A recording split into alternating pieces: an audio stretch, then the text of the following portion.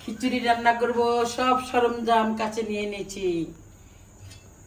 গাজর, পোলার চাউল, মুসুরির ডাল, আর এটা কি বলে মটরশুঁটি, এটা মাসকলাই ভিজে রেখেছি। ওই প্রেশার কুকারে এই যে ক্যাপসিকাম দেবো, টমেটো দেবো, পেঁয়াজ কেটে রাখছি, আর ছোলার ডাল সেদ্ধ করে রাখছি। এখন আমি আলু ভেজে নেব।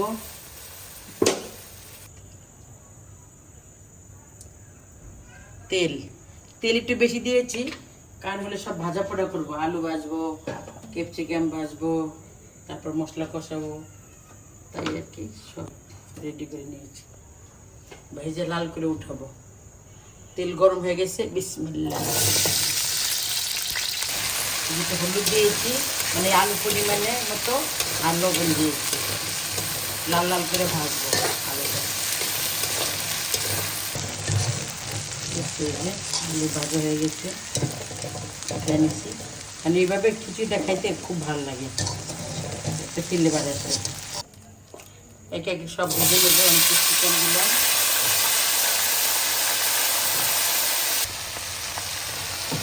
ক্যাপসিকাম উঠে নেবো আমি। এখন ক্যাপসিকাম তো ভাজতে হয় না, এরকম ভেজে কাঁচা পাওয়া যায়। আমি তো কাঁচাই খাই, দাঁতে চিকিৎসা করতেছি, দাঁতে ট্রিটমেন্ট লেগে কি করতেছি। তেজপাতা তিনটা শুকনো মরিচ, জিরা,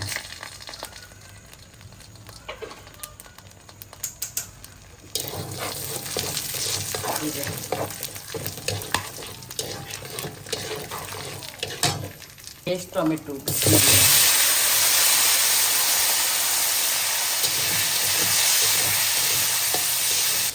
আদা বাটা, রসুন বাটা, জিরা বাটা, হলুদ পাউডার, লবণ স্বাদ মতো, টমেটো, গাজর, বিসমিল্লাহ, 2 রকমের ডাল, বিসমিল্লাহ দিয়ে দেবো।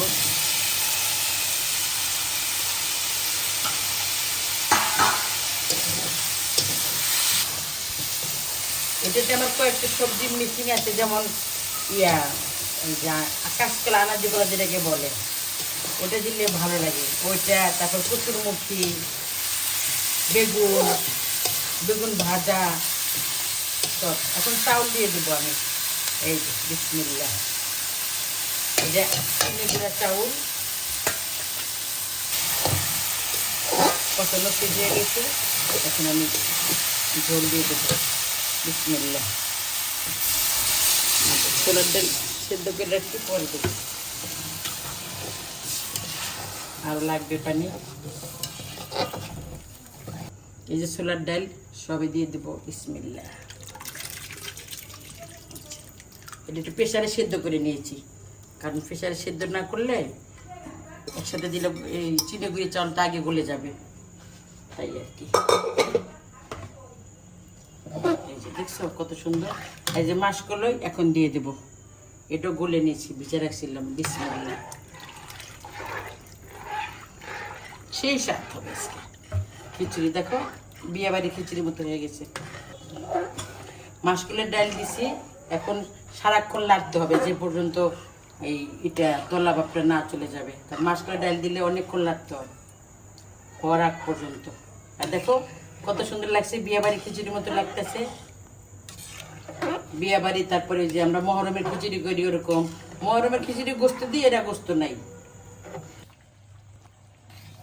দেখো আমার মেয়েকে লাড়তে দিয়েছি, কারণ আমি লাড়তে আমার হাতে ব্যথা। জানো তো তোমরা, আমার হাতে ব্যথা আছে। আর মাসকলাইটা দিয়ে সারাক্ষণ লাড়তে হয়, তার জন্য আমার বাবুকে বলছি তুমি লাড়ো। এখন লাড়তেছি, আমি বলতে সে আমাকে বলছে আম্মু তুমি একটু নাও না প্লিজ। আমি তো অনেকক্ষণ ধরে লাগতেছি। একদিন দিয়েছি তাই এরকম করছো তুমি।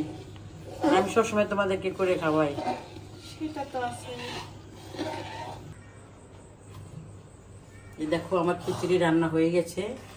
এখন আমার সিক্রেট মশলা দেব, এই যে বিসমিল্লাহ।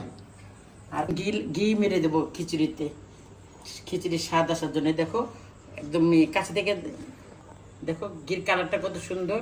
এটা কিন্তু পাবনার ঘি, পাবনার মিলবিটার ঘি তো জানো তোমরা, বিখ্যাত। জি, মানে আমার বাচ্চা আমার দিকে তাকায় আছে, কারণ ও তো জানে না পাবনার ঘি যে এত বিখ্যাত। যত ঘি দুধ মিলবিটার পাবনা থেকে আসে, এবং পাবনা পাগলাগারও তো আছে, কারণ অনেক খিচুড়ি তো 3 চামচ মেরে দিলাম।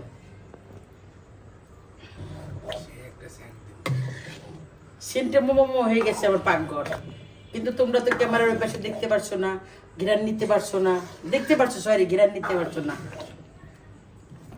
এখানে হলো জলপাইয়ের আচার, এখানে আছে আমার বোম্বাই মরিচের আচার, এখানে আছে ঘি। খাবার আজকে জমে যাবে। জাস্ট বাইরে বৃষ্টি হচ্ছে, সেই বৃষ্টি দিয়ে কিন্তু আমি খিচুড়ি রান্না করছি। কেমন হয়েছে? অনেক ভালো। সেই স্বাদ। এই যে আমার প্লেট বন্ধুরা, কারণ আমারও লোভ হচ্ছে, লোভটা আমার হচ্ছে না, ওদের দেখে আমি বসে গিয়েছি। বিসমিল্লাহ। বৃষ্টির রাত। কালকে আমার বোনে খিচুড়ি পাঠাইছিল, সেই খিচুড়িটা আমাদের হয় নাই, তার জন্য আজকে আমি নতুন করে ঘরে পাকাইছি। বিসমিল্লাহ। ও সেই স্বাদ।